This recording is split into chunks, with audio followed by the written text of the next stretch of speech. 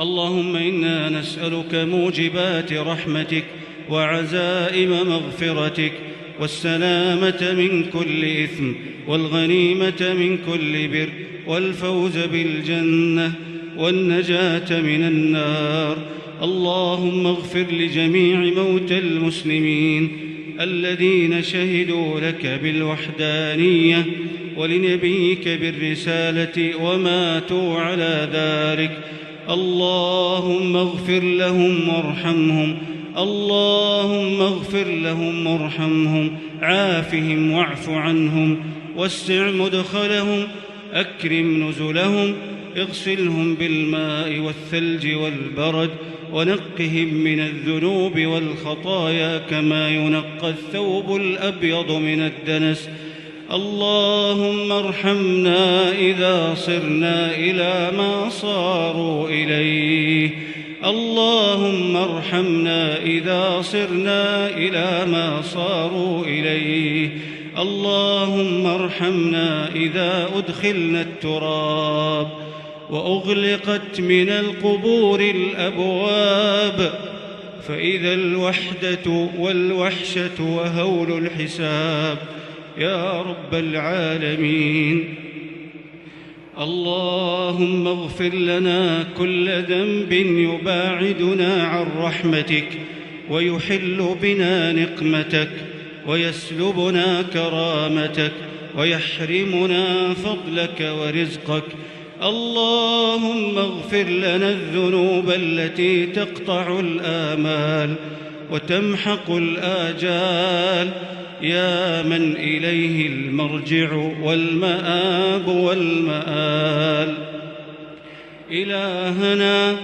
إلهنا هذه أيدينا قد امتدت إليك، وقلوبنا تؤمن بك وتتوكل عليك، وذلنا ظاهر بين يديك، وذلنا ظاهر بين يديك. يا من سكن تسبيحه القلوب، يا من ستر بفضله العيوب وكشف بلطفه الشدائد والكروب. يا عظيما صغرت في جناب عظمته الذنوب، يا عظيما صغرت في جناب عظمته الذنوب، أدخل عظيم جرمنا في عظيم عفوك. يا من إذا وعد أوفى وإذا أوعد عفا، اجعلنا هذه الليلة من الفائزين برحمتك ومن المعتقين من نيرانك، ومن المعتقين من نيرانك، واكتب لنا أمانا من سخطك يا رب العالمين.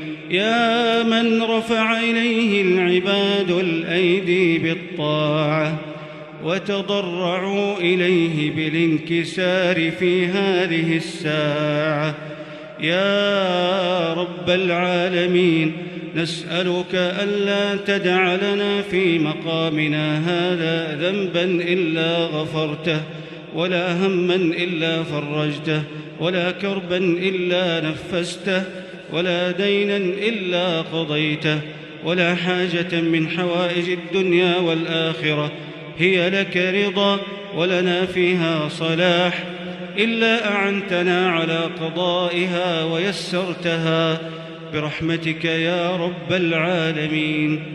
اللهم أغننا بالافتقار إليك ولا تفقرنا بالاستغناء عنك، ولا تفقرنا بالاستغناء عنك.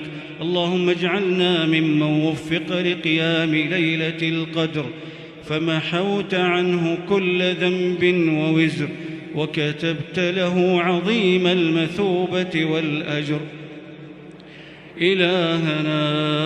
إلهنا لا تجعلنا نخرج من رمضان كما دخلنا، إلهنا لا تجعلنا ممن رغمت أنوفهم أدركوا رمضان ولم يغفر لهم، أدركوا رمضان ولم يغفر لهم.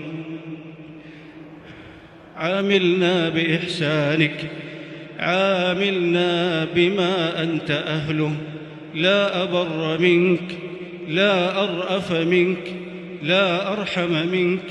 اجعلنا من المقبولين، اجعلنا من الفائزين، اجعلنا من الرابحين يا أرحم الراحمين يا رب العالمين.